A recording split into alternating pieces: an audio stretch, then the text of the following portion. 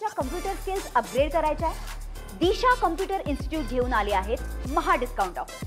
आता कोणताही कोर्स करा फक्त 1800 रुपयांमध्ये। सरकारला उशिरा का होईना थोडी थोडी जाग यायला लागली असं दिसतंय, पण जोपर्यंत सरकार खडबडून झोपेतनं जागा होत नाही तोपर्यंत आमचा त्यांच्यावर विश्वास नाही। त्याचा वेगळा अर्थ असाही काढला जातो की राज ठाकरे आणि उद्धव ठाकरे हे एकत्र येत आहेत, एक मोठी ताकद महाराष्ट्राला दिसेल, त्यामुळे कुठेतरी मला असं वाटतं कोण दोन लोक एकत्र येतात याच्यापेक्षा मराठी माणूस हा संपूर्ण महाराष्ट्रात या हिंदी सक्ती विरोधात एकवटलाय हे जास्ती महत्त्वाचं आहे। हिंदी सक्ती संदर्भात या आधी देखील मुख्यमंत्र्यांनी प्रॉमिसेस दिले होते, म्हणून मी म्हटलं खडबडून त्यांना जाग आली आहे हे दिसल्याशिवाय काही मोर्चा आम्ही मागे घेणार नाही।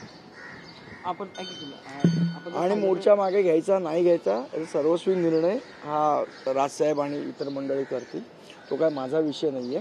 पण याच्या आधी सुद्धा सरकारने फसवलेलं आहे।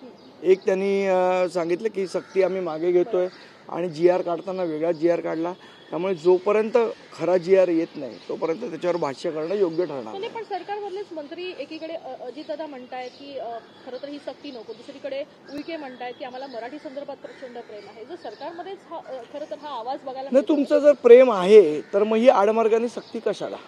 बघा NEP मध्ये स्पष्टपणे म्हटलेलं आहे की 3 भाषाचं धोरण लागू करावं की न करावं हा प्रत्येक राज्याचा विषय आहे।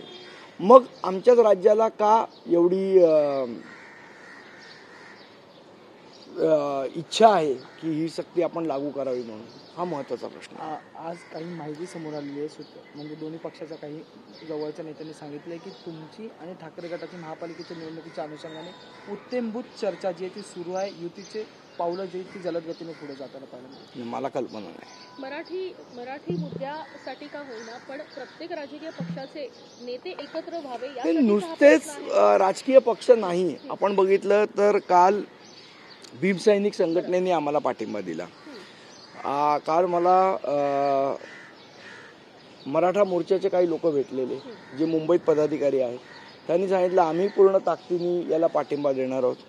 मी काल समाजवादी पक्षाच्या रईस शेख यांना फोन केला, ते सुद्धा आमच्या मुद्द्याबरोबर आहेत। त्यामुळे नुसते हे नाही तर मला असं वाटतं महाराष्ट्रातल्या मराठी भाषेवर प्रेम करणारी सगळी जनता या मुद्द्यावर एकवटलेली आहे। त्यामुळे मी काल म्हटलं तसं की हा संयुक्त महाराष्ट्र लढा 2.0 आहे। शासन निर्णयाची म्हणताना म्हटलंय की कुठलाही राजकीय झेंडा नको, फक्त मराठीचा अजेंडा हवा, पण सत्ताधारी असं म्हणतात की हा विरोधकांचा मोर्चा आहे, सातत्यानं म्हणतात नका। भारतीय जनता पक्षाचे काल मंत्र्यांचं जर तुम्ही स्टेटमेंट ऐकलं असेल तर त्यांनी स्पष्टपणे म्हटलं मी हिंदी बोलणार नाही। ते विरोधक आहेत का? ते तर सत्ताधारी आहेत। अजितदादा विरोधी पक्षात बसलेत का? अजितदादा तर सत्ताधारी आहे। त्यामुळे विरोधकांचा मोर्चा कसा? हा मराठी प्रेमींचा मोर्चा आहे, हे जे हे म्हणतात त्यांनी लक्षात ठेवलं पाहिजे। शासन निर्णयाची होळी करणार आहे आज मराठी अभ्यास केंद्र असेल, उद्धव ठाकरे स्वतः उपस्थित राहणार आहे। आमच्याकडनं सन्माननीय नेते नितीन सरदेसाई साहेब पण जाणार आहे। पण आपण बघितलं उपमुख्यमंत्री एकनाथ शिंदे यांनी देखील हिंदी सक्ती विरोधात प्रश्न केला असं ते म्हणून मोर्चाला अजून वेळ आहे, बघू आपण। आता त्या प्रश्नाचं मी काय उत्तर देऊ?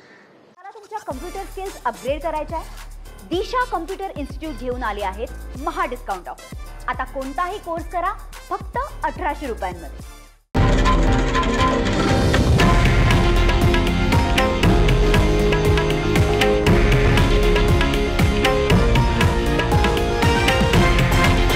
हे आहे देशातील नंबर 1 न्यूज नेटवर्क आणि आपण पाहत आहात TV9 मराठी, एकमेव।